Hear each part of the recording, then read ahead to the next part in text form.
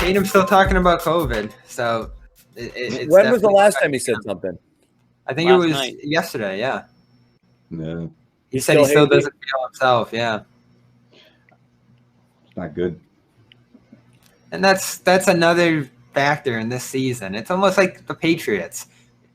Like, can you put it all on Cam getting COVID? But there was a lot of weird stuff that went wrong with that team that you say it was just not only were there roster issues with that team, but a lot of weird stuff happened, and it was a similar COVID year where you just say, wow, a lot of bad stuff happened this year, and maybe that's just a circumstance of all of that. The GM of that team screwed up royally too last season.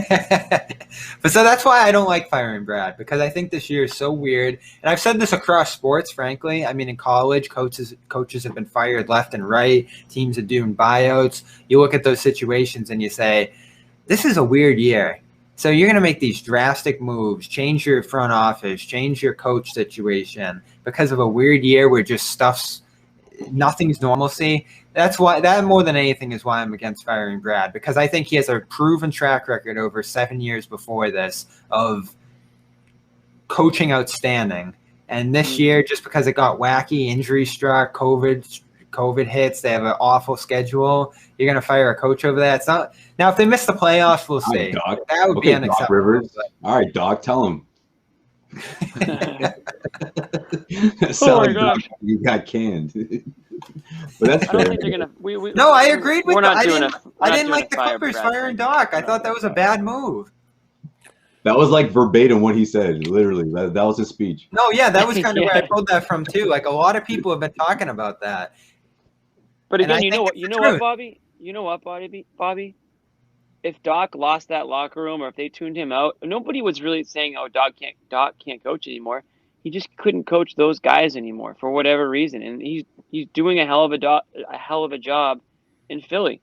So again, I mean, you might not have agreed with it, and maybe it felt unfair, and maybe Doc was pissed about it, but I'm pretty sure he's okay with how it turned out, and I'm pretty sure maybe the Clippers probably are too. Here's the thing. Here's an underrated aspect of coaching, okay? Your coach is the leader, okay? You're there, and you're used to things going a certain way, and then one day they're not going that way, and you look around for answers. And when the guy doesn't have the answers, even if it's not his fault, and even if there's nothing humanly possible he can do to conjure answers, and you keep going out there, and then you walk off with your head hanging low after losing to the Cleveland Cavaliers, you start to lose some faith. That stuff happens. It's real. You're looking for, like, make this better. Do the thing that you do, right, which is coach and make us better.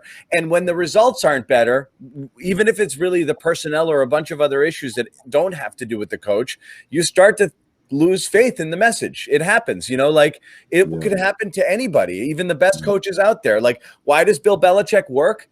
He's an asshole. He's tough to play for and all of that stuff. But at the end of the day, you're rewarded because you're like, wow, he did put us in the best position to win. But when you're consistently playing bad basketball and you don't feel you're in the best position to win, you wonder, is it the you end up like Matt Patricia? Yeah, right. I mean, it doesn't work. So when you're not, and again, it's not. I'm not blaming him. I'm just saying players sometimes we use the term tune out.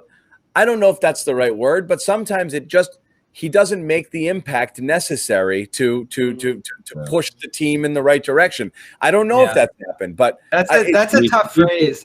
Well, to keep the comparison going with Doc real quick, I just want to get this in there. One of the quotes that stood out to me.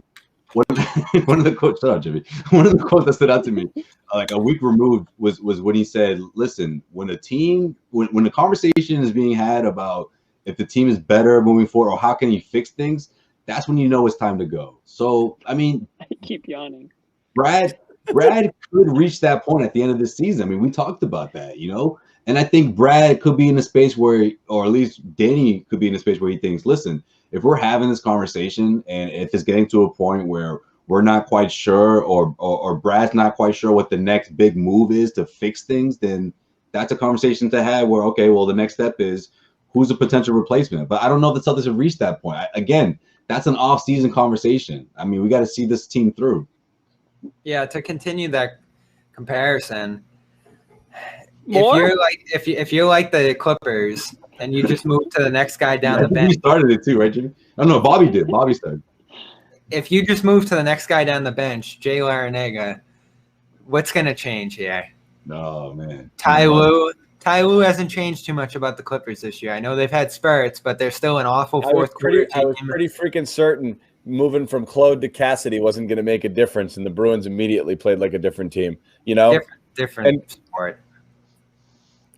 I'm saying is sometimes it's a different approach. It's a different mentality. It's just new life. It's something. I'm not saying do it, and I'm not saying Larrañaga is the answer. What I'm saying is you may just be in a situation where it just isn't working. And like, we're just looking for some level of accountability. I'm only talking about the effort. When you see the team play dead ass like they have been on too many occasions, you know, I may blame the players first guy. Absolutely. But somebody has to be able to get something out of these guys.